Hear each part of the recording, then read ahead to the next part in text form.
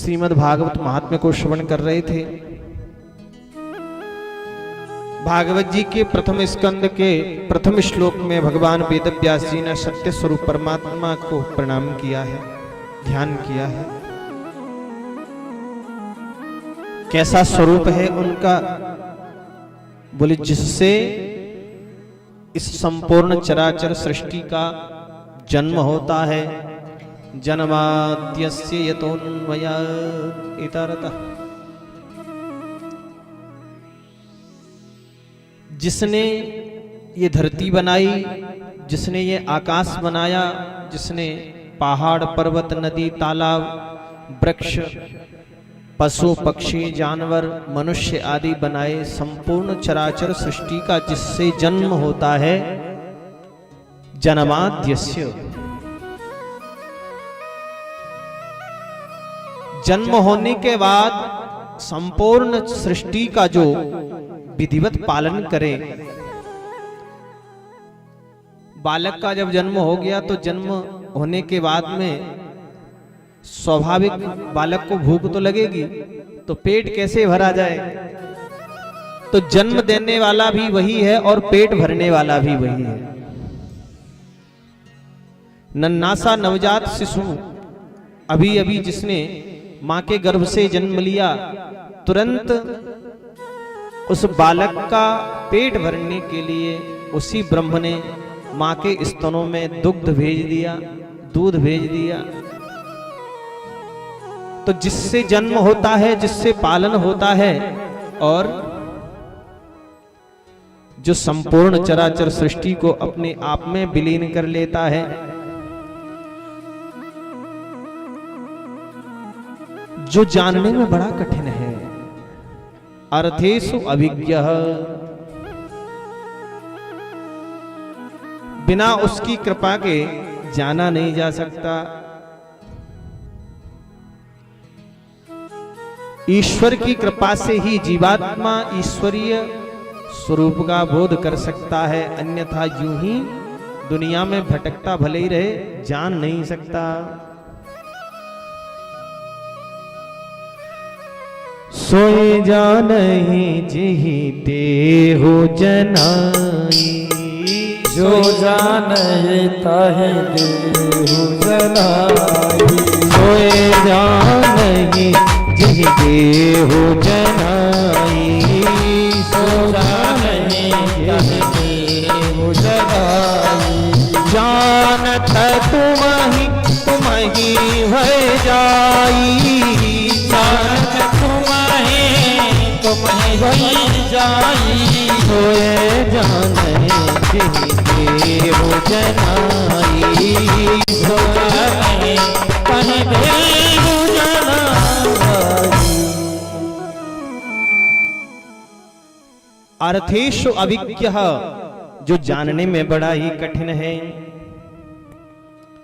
जो स्वयं प्रकाश स्वरूप है, जो ब्रह्मा अथवा हिरण्यगर्भ नहीं है,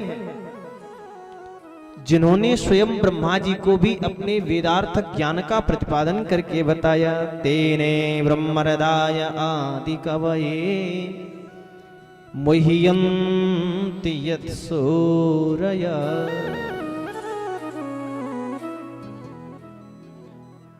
जिसने स्वयं ब्रह्मा जी को भी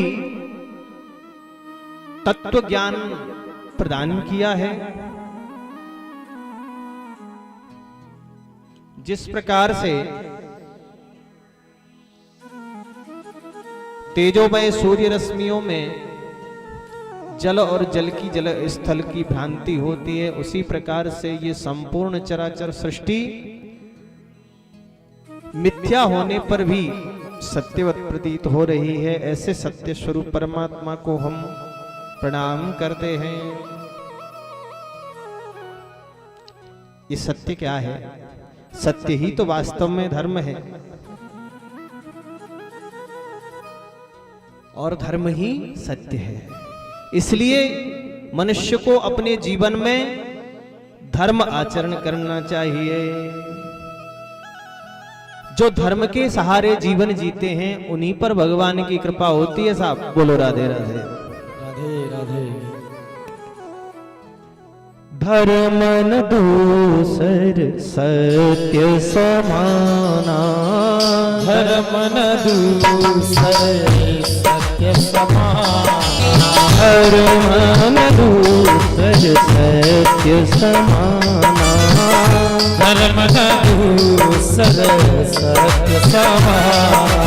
आगम निगम पुराण बखाना, आगम निगम पुराण बखाना, धर्म न दूसर सत्य समाना, धर्म न दूसर सत्य समाना।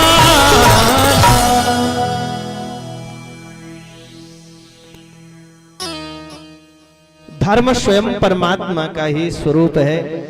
इसलिए ये भागवत कथा बताती है कि चाहे दुनिया में कहीं भी रहो, किसी भी स्थिति में रहो, चाहे घर के काम करने पड़े, चाहे खेती का काम करना पड़े, चाहे घर में रोटी बनानी पड़े, चाहे झाड़ू पोंछा करना पड़े, चाहे खेत में जाकर के हल चलाना पड़े,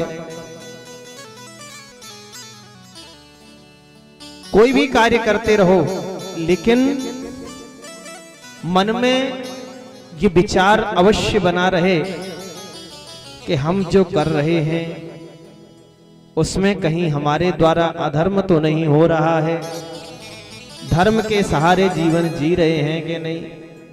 बोल बंसी वारे की जय हो। किसी ने वेद व्यास जी से पूछ लिया होगा, गुरुजी एक बात बताओ, ये धर्म क्या है? बोले धर्म भी दो प्रकार का होता है साहब, लेकिन भागवत में जिस धर्म का निरूपण है वो थोड़ा अलग धर्म है। बोले कौन सा अलग है? कि धर्म प्रोज्झित कैतवोत्र परमो निर्वात्सराणां सताम् वेद्यं वास्तवमत्र वस्तु शिवदम् तापत्रयोन्मूलनम्।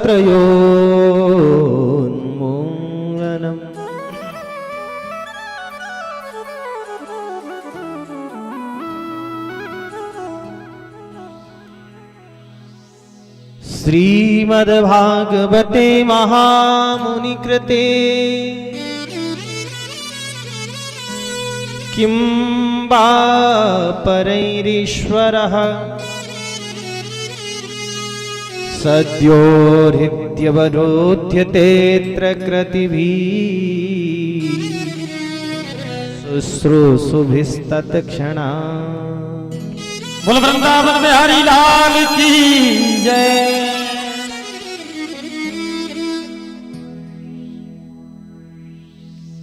श्रीमद् भागवत में जिस धर्म का निरूपण किया गया है सज्जनों देवियों, वो है परम धर्म।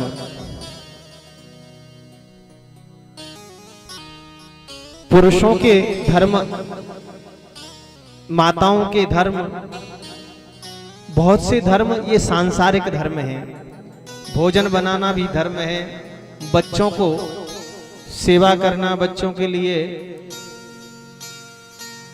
खिलाना पिलाना नहलाना धुलाना, कपड़े पहनाना, पढ़ाना लिखाना, यह भी धर्म है। खेती किसानी करना यह भी धर्म है, बिजनेस व्यापार करना यह भी धर्म है। लेकिन यह है सांसारिक धर्म। दूसरा है परम धर्म। परम धर्म क्या है? परम धर्म है भगवान की कथा सुनना, परम धर्म है भगवान की पूजा करना,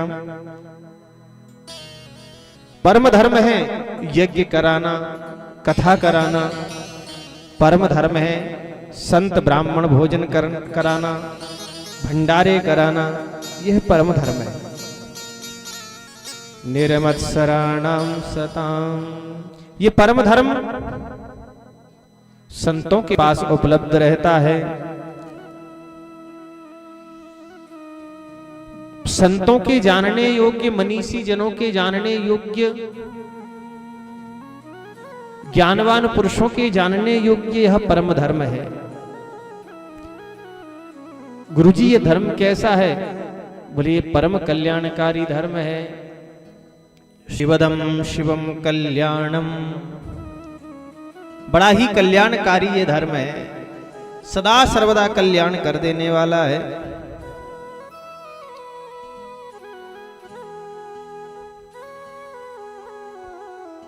फिर किसी ने पूछा, बोले गुरुजी तो ये परम धर्म बड़ा अच्छा है, हमें क्या करना चाहिए? बोले करना क्या है, परम धर्म को धारण करो। मतलब बोले कथा सुनो। बोले कितनी सुने? बोले जितनी मिल जाए उतनी कम ही है, सुनते रहो। यदि सुनने को प्राप्त है तो ये अवश्य ईश्वर की कृपा है, इसलिए प्रयास करो अधिक से अधिक।